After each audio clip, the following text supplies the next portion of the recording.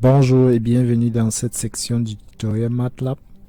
Ici, nous allons continuer à parler des variables et plus précisément des vecteurs. Si vous êtes nouveau ici, alors les variables sont un concept fondamental en MATLAB, comme dans de nombreux langages de programmation. Elles sont utilisées pour stocker et manipuler des données. On peut les créer pour contenir différents types de données, y compris des nombres, du texte et plus.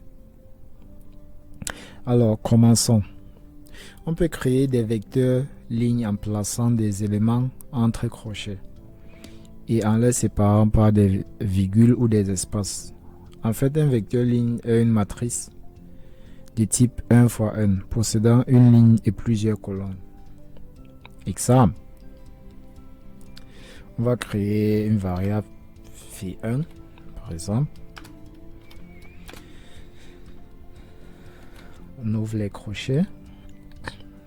Prenons comme exemple 1, 2 et 3. Et là, j'ai un vecteur ligne 1, 2 et 3 ici à côté. Ici, j'ai 1 fois 3. Donc, c'est une matrice de type 1 fois n. Le 1 signifie une ligne et le 3, c'est le nombre des colonnes.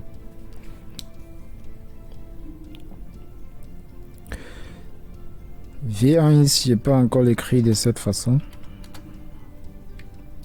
Je pense que c'est la façon dont que beaucoup de personnes utilisent, en séparant juste par un espace. Et là, j'ai le même résultat.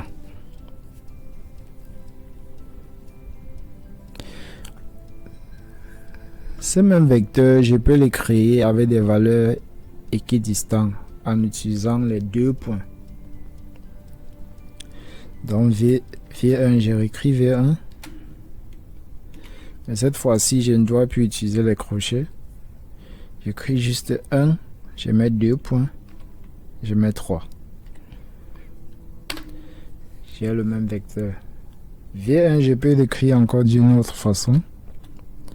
1, V1 égale à 1, je mets 2 points, je mets 1, je mets 2 points et je mets 3. Alors, la différence se trouve à quel niveau? Dans le premier, V1 égale à 1, 2.3. MATLAB comprend ça facilement et il considère que si on ne précise pas, ça veut dire qu'il y a un espacement d'unité. Donc ça veut dire qu'il compte directement 1, 2, 3 et 4. Ici, j'ai précisé 1. Donc, je n'ai pas besoin d'écrire ça si c'est 1. Je peux facilement écrire ça comme ça. Mais si c'est plus de 1, si c'est différent de 1, en fait, je dois préciser. Donc, c'est un peu ça. Disons que je vais créer V2. V2, je dois écrire peut-être, je sais pas, jusqu'à 9. Et il dit qu'il doit commencer à 2, par exemple, avec un écart de 3.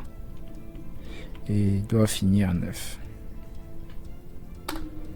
Et là, j'ai 2, 5 et 8. Justement, ça commence à 2. Ça compte 3. On a 5. Et à 5, ça compte également 3. On a 8. Donc ici, 9, c'est juste... en fait, le maximum. Ça ne doit pas forcément compter 9. Voilà.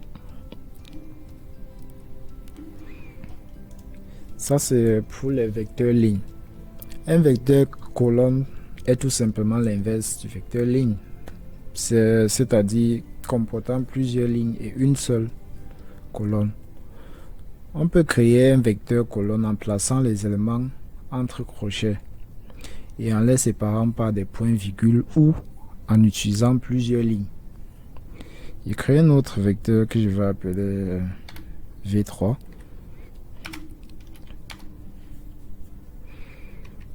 Entre crochets. Là, je vais mettre 4. On sépare les points virgules. 4, 5 et 6. Et on ferme le crochet. j'ai mon vecteur colonne. Ici, il vient là à droite dans le workspace. Pour vérifier, je vois 3 fois 1. Un vecteur a plusieurs lignes et a une seule colonne. Ça a 3 lignes et une seule colonne. Ce même vecteur, je peux l'écrire d'une autre façon. V3, mais je dois toujours ouvrir le crochet. J'écris 4, je vais à la ligne, j'écris 5, je vais à la ligne 6 et je ferme le crochet. C'est la même chose.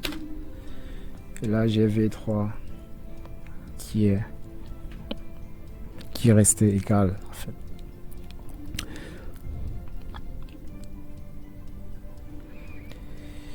Pour écrire ce vecteur, je peux encore utiliser les vecteurs lignes en fait. Je peux utiliser les vecteurs lignes pour faire les vecteurs colonnes. Il suffit seulement d'utiliser l'apostrophe. Par exemple, le vecteur V2, je peux créer un vecteur V4 égale au vecteur V2. Mais si je laisse ça comme ça, le vecteur, on aura un vecteur ligne parce que V2 est un vecteur ligne ici en haut. Si je veux que V4 soit un vecteur colonne, je dois ajouter une apostrophe sur V2 et là ça doit. Et là on a V4 égale à ça. On obtient donc un vecteur colonne à partir d'un vecteur ligne en ajoutant juste l'apostrophe. L'inverse est aussi possible. Si tu veux plutôt un vecteur ligne à partir d'un vecteur colonne, tu ajoutes aussi l'apostrophe. C'est tout. Bon, maintenant je souhaite changer des nombres en fait dans des vecteurs. Disons j'ai le vecteur 4 et je veux aller modifier le vecteur 4. Je ne veux pas le 5 qui est dans le vecteur 4. Je vais changer le 5 là. Comment je fais? Saisis V4. Je lui donne la position de 5. On sait que le vecteur V4 c'est 3 fois n. On peut encore regarder ici à droite dans le workspace. C'est 3 fois n. Ça veut dire 3 lignes, une colonne. Et moi, je vais changer l'élément de la deuxième ligne. En fait, ce qui correspond à 5. Si je vais changer l'élément de la deuxième ligne, je dois mettre là 2. Je mets virgule. Je mets 2 points. Et je ferme. Je ferme la parenthèse.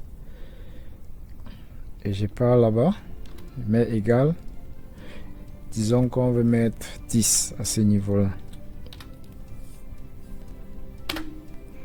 Là, on a notre V4 égale maintenant à 2, 10 et 8. La même chose, on peut le faire avec les vecteurs des lignes. C'est le même processus. Et maintenant, si je vais utiliser des données dans le vecteur, disons que j'aimerais utiliser une donnée dans le vecteur V4 pour calculer quelque chose. J'ai créé une autre variable que je vais appeler x. Il dit que x est peut-être égal à 5 fois V4 à de la position 3. En fait, je dois multiplier par la troisième valeur de V4 qui est 8. Je peux facilement écrire 8, mais pour montrer comment faire, je dois utiliser les formules nécessaires. Donc j'écris V4. V4, je donne la position. C'est le troisième. Ça a la position 3 du tableau du vecteur. Je multiplie, donc ça veut dire 5 fois V4 de 3 du chiffre qui est sur la ligne 3 et vecteur 1 par exemple.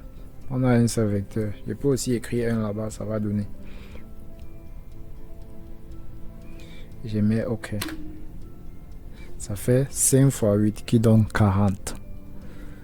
Donc, c'est un peu ça. Vous pouvez faire ça sur...